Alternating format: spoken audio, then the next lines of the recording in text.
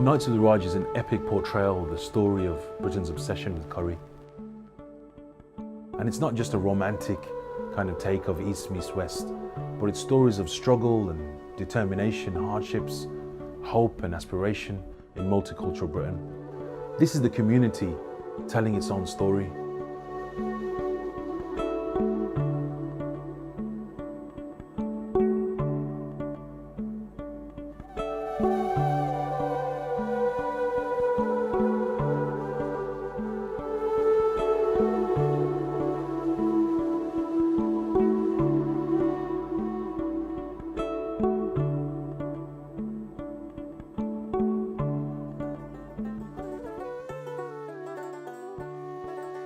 It was just through listening I heard amazing tales of, when they came to this country and how they had to struggle and work hard for what they had.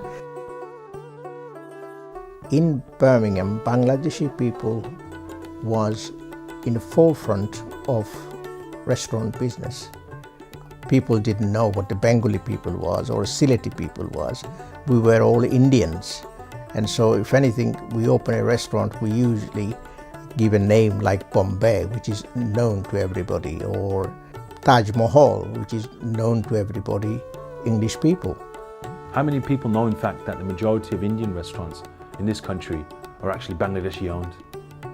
We wanted to honour the legacy of our forefathers with this project, in how their efforts pretty much transformed British cuisine as we know it.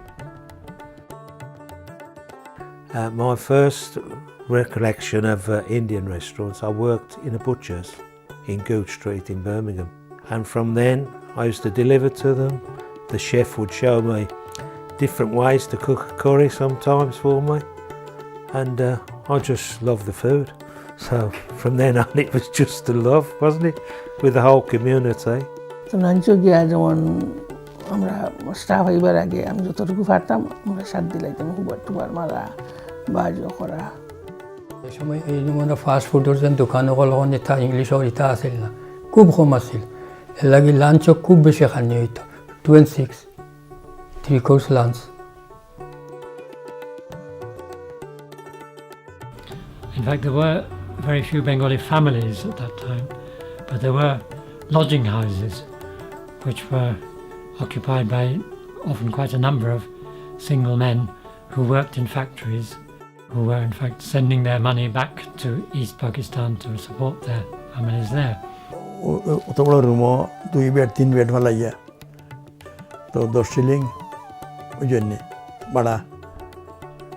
About 25 years ago, I'd sit here on table number 16 and my dad used to sit just over there. I was young really, a teenager, just discovering life, and had no real appreciation for the past and the struggles of those before us.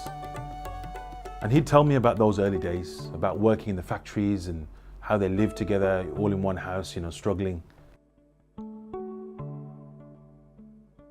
People who, in many cases, literally jumped ship in England from a poor place, Bangladesh as it is now, from a poor part of that poor place, Sylhet, arrived in the heart of the empire and built a multi-billion-pound business, employing hundreds of thousands of people, and more importantly, became central to the culture of the very country which colonized their part of the world in the first place.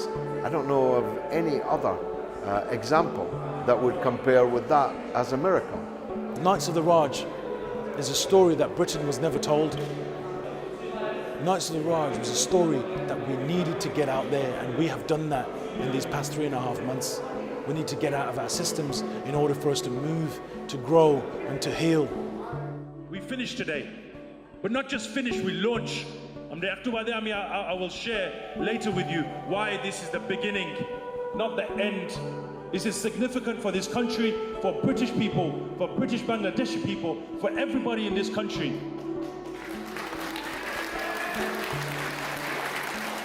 It's about reclaiming of space. It's about people who might suppress themselves or suppress their stories for such a period of time.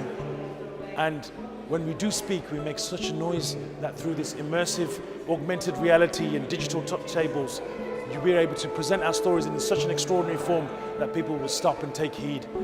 this is history as written by someone from the cultural movement that is the curry phenomenon. Someone whose father was a restaurateur. Someone, Muhammad Ali, who worked at tables in his father's restaurant. What's vital is that it's taken across Britain and to the world.